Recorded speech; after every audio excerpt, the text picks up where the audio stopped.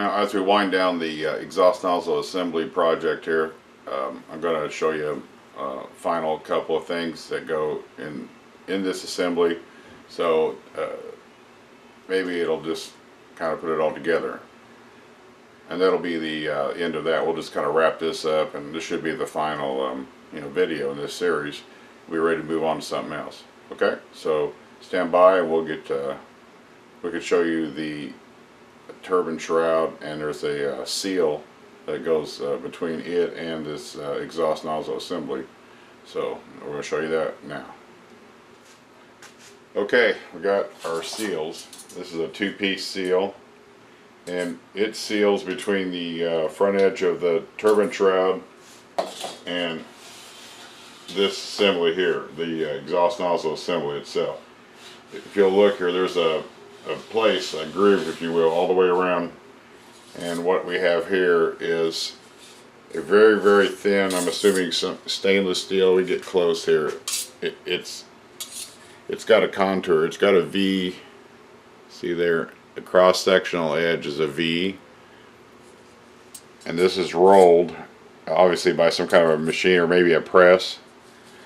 This fits neatly in here into this groove, which gives you kind of a wedge shape. Okay, so this fits here. I'm not going to install it, it may get stuck in here, but I guess at that rate it doesn't matter. The thing needs to go, right? The two ends don't overlap, they have to fit. Yeah, that fits pretty nice actually. Two ends meet with a butt joint. So we got this presses down in there, and now we have this material, this flexible, looks like it's a braided stainless steel. If you'll look, it is okay, you can see the woven pattern, and this is molded and pressed, but if you'll notice, it has a kind of a wedge shape, and that fits down into that V. These ends are cut on an angle. They meet together like this. It's hard to show that. And this is pressed, fits in here, same place. Okay, like this, basically. Then we'll get the main ingredient. Stand by. We'll start again here with this turbine shroud.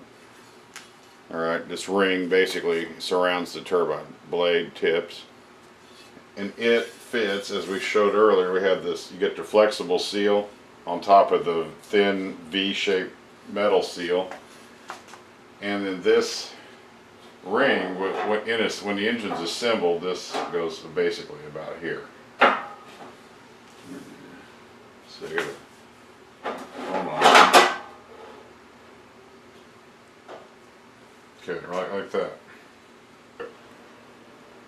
This is the actual installation position of the turbine shroud, as you see it sit here.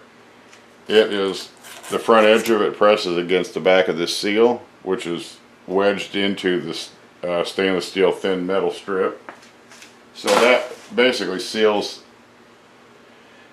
the turbine shroud to the exhaust nozzle assembly.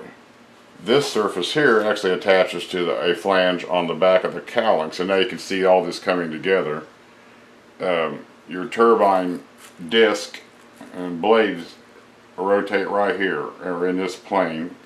Stub shaft goes into this bearing that we installed. Okay, and then the turbine nozzle installs in the end of the cowling. So the turbine nozzle will be positioned right here. It's right here, right in front. So now you can kind of see this is a simple hot section, but it's kind of demonstrates the basics of jet engine technology. There's a little tube here you can notice. It basically is just a 90-degree, and it is open-end, and it's pointing right at the turbine blades, midway. You can see it's right here. If you'll notice, it comes through, and on the side here is an AN fitting with a plug in it. But I'm assuming this is for testing, because this would, I guess, be a positive pressure, obviously, when the engine's running. Probably, I guess, a pressure ratio test. I don't know. Maybe that would be another Agent JZ or Graham or one of you smart jet techs out there. obviously I'm not using that. I have no idea. I don't have that kind of equipment, so it wouldn't mean beans to me. I don't even think the manual mentions anything in any of its tests. It doesn't actually mention ever connecting equipment to this. But okay, well, we can remove this ring. You can see how it goes. And this surface here is just within, 30 to 50 thousandths inch, 30 to 50 thousandths of an inch from the tips of the blade. So here we have our maybe a little illustration of the relationship between the turbine rotor and the turbine shroud. You're looking at it exactly as if you were viewing from the rear of the engine. So this is the back side of the rotor, of the turbine blades and disc, and this is the back edge of the turbine shroud. And I just have this obviously sitting or laying here to illustrate its relationship. Then at the same time, as I just mentioned right before this segment here, the clearance between these blade tips and the shroud, and I was rattling off numbers off the top of my head, so I thought maybe we better get the manual out. Okay, so what we can do here, set this like this, and let us zoom. Alrighty, well, first off, we have this section has table of limits, so that's going to be showing, it's dealing mainly with dimensions. However, we're going to look for a little legend here, and if we see there's a letter L, which is going to involve our specifications. Alright, capital letter L following a value in a clearance column indicates a clearance. Well, that's good to know, but just being specific. And then down here we have, well, R is a radial clearance, which in this case radially means from the center out. Alright, and here's the book definition. Okay, a capital letter R following a location description indicates that the clearance of it is radial. That is half the difference of two diameters. So basically I just know that a radial clearance is going to be, would be the difference in diameters, basically. Alrighty, so that's simple enough. Alright, so there we go. So now we will turn the page. Bob Seger. Sorry. Alright, here we go. Let's go here to this page. Alright, here we go. Turbine to turbine shroud. And you notice the little R right after it. Okay, so that's a radial clearance. And we go over here to the column. We have a minimum and a maximum. And actually we also have a third column called service replace, which I'm assuming at that point that's your limit. It needs a new one. Alright, turbine to turbine shroud. Minimum is 35 thousandths of an inch, so that's 0.035 inches. The maximum clearance, or the largest space between the tip and the shroud, would be 0.110, so 110 thousandths. You notice they both have an L. Alright, so that indicates a clearance, as we read earlier. You notice it says service replace 35 thousandths. So in other words, if the gap gets to 35 thousandths, that is as small the gap. Alright, 35 thousandths is as small of a gap as allowable. Alrighty, if you'll notice there's an asterisk here, and at the bottom of the page, following turbine replacement limits. Following turbine replacement limits after acceptance test may not be less than 50 thousandths of an inch. If after an acceptance test the limits are less than 50 thousandths of an inch and excessive blade growth is indicated. Okay, I'm allowed 50 thousandths to say 110 thousandths. That's my range I'm going to be looking for. When these blades and this disc is made new, the blades are a fixed or a certain determined length. As they age with hours and heat, they grow, they get longer. Just the elongation of the blades is due to the heat, and it's just the centripetal force. The radial outward force when it's rotating at high speeds is a lot of force, as Jay has said many times. So these blades tend to grow in length, especially the hotter that they're ran. So if this engine was run at a full power situation, the blades will lengthen quicker than if it were run, say, at an idle speed or a medium power setting. I mean, it's just proportional to the RPM and the heat applied to them. So if the blades grow long enough, they will eventually strike this shroud, and we don't want that. So there's where we got the this is one of the major clearances to be checked after an engine is assembled. Okay, so there's basically a quick lesson in turbine wheel and shroud relationships. What we have here is, this is called the exhaust nozzle extension, or a slang term would be jet pipe.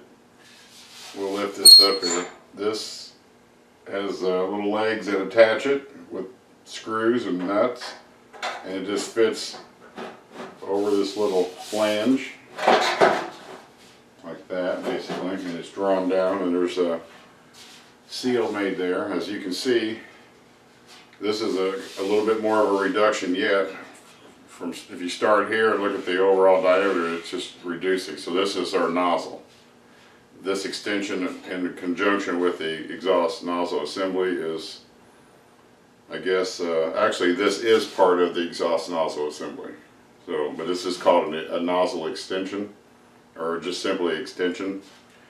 And this was really, this overall is what provides or creates thrust, the acceleration of the air as it rushes through this nozzle. This piece here is what's called the air ejector. I was talking about it probably too much in the earlier videos regarding the bearing housing cooling. And as you can see, it's also a cone or jet shape, or this is also a nozzle shaped piece, but this really has very little to do, if any, with the jet thrust. I would say this has nothing to do with the actual thrust produced. This is only to provide some air circulation to cool the housing. So if we lift this up, you can see it just simply goes right over the outside of the jet pipe or exhaust nozzle extension. As this fits down here, this air ejector is probably about 2 inches longer than the jet pipe. So as the hot gases and air rush out of the jet pipe, its rushing creates a low pressure area, and it's a very small ring. It's maybe a ½ an inch wide around here, an annulus. That creates a low pressure area, which air will then rush in these holes here, and it also is drawn. Look again here. Right here, if you can see, this is one of the 4 ports or ducts coming from the inside of the turbine bearing housing chamber. So as you can see, that air is drawn directly out, and of course is exiting to the back and out the back and joins in the hot gases from the jet pipe. The fresh air is drawn in 2 places, right here, which is at the left and right sides of the engine at the 3 o'clock and 9 o'clock position of the engine. These are hollow. Air is allowed to enter here, and it's drawn out here. So that is how the engine cools this inner housing. So that is another interesting design. Simplicity, and that's what we're aiming for. These also, there's another probably question you're going to get. Why is the nozzle crooked, you might ask? Well, I'm assuming, with my limited knowledge, this nozzle is laid flat on the bench, but if you'll notice, if I set this like this, you can really see that it's canted in this direction. And also, this piece is made that way to match it. It's got a definite angle to it. And I believe when it was installed and used its original purpose, this angle was pointed upward, was directed upward some, so I'm assuming this has to do with a thrust angle, and that has to do with aerodynamics and design of the aircraft that it propelled.